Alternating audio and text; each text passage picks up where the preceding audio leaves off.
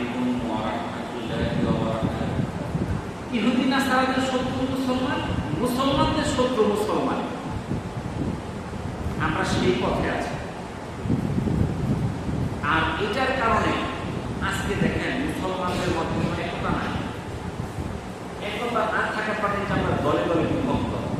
আমরা এক দল আরেক দলকে আমরা দেখতে পাই না। এক দলের বিপদ আমরা আরেক দলকে করি। এই 2-3 দিন আগে ইন্ডিয়াতে 3টা মসজিদ ধ্বংস করা হয়েছে, নোটিশ দেওয়া ছাড়ে। ইতোমধ্যে আরো কয়েক 30টা মসজিদ মাদ্রাসা তারা ধ্বংস করছে। কোনো প্রতিবাদ হয়েছে? কেউ প্রতিবাদ করে না। ফিলিস্তিনের জেরুজালেম, যেখানে আমেরিকার কাছে তারা জমি বিক্রি করছে মাত্র $1, কোনো প্রতিবাদ হয়েছে?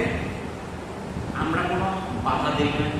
আমাদের যারা শীর্ষস্থানীয় আলেম আছে, যারা সারা দেশের মধ্যে বিভিন্ন বক্তব্য দেয়, কথা বলে, লিডিং পার্সন, তারা কোনো কথা বলে না এই বিষয়ে। কেন? তারা নিজেদের মধ্যেই মারামারি নিয়ে ব্যস্ত।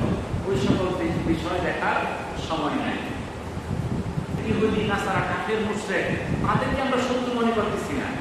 আমরা শত্রু মনে করতেছি আমারই ভাই মুসলমান। এই জন্য আমরা কি এই যে পথ হারা হয়ে গেছি, যাদের কারণে যুগে যুগে ইসলাম ক্ষতিগ্রস্ত হয়েছে, এর আগেও যাদের দ্বারা ক্ষতিগ্রস্ত হয়েছে, বর্তমানেও যাদের দ্বারা ক্ষতিগ্রস্ত হচ্ছে, এরা কারা? 1 নাম্বার, রাষ্ট্রের তোষামতকারী কিছু আলেম আছে, নিজেদের স্বার্থ এবং ক্ষমতার লোভে জালিম এবং অন্যায় শাসনকে জায়েজ মনে করে। তারা তোষামতি করে।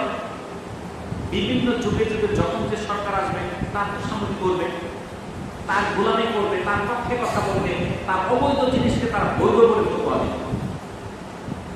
2 নাম্বার, ভ্রান্তমত এবং চরমপন্থা অবলম্বন। ইসলামের সঠিক জ্ঞানের অভাবে অনেকেই চরমপন্থী বা ভুল ব্যাখ্যা প্রচার করে, যা মানুষকে বিভ্রান্ত করে।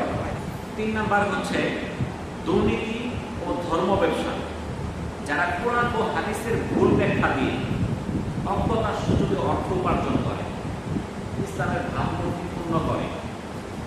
এই 3 ধরনের শ্রেণীর দ্বারা ইসলাম যুগে যুগে ক্ষতিগ্রস্ত হয়েছে। আসসালামু আলাইকুম ওয়া রাহমাতুল্লাহি ওয়া বারাকাতুহু।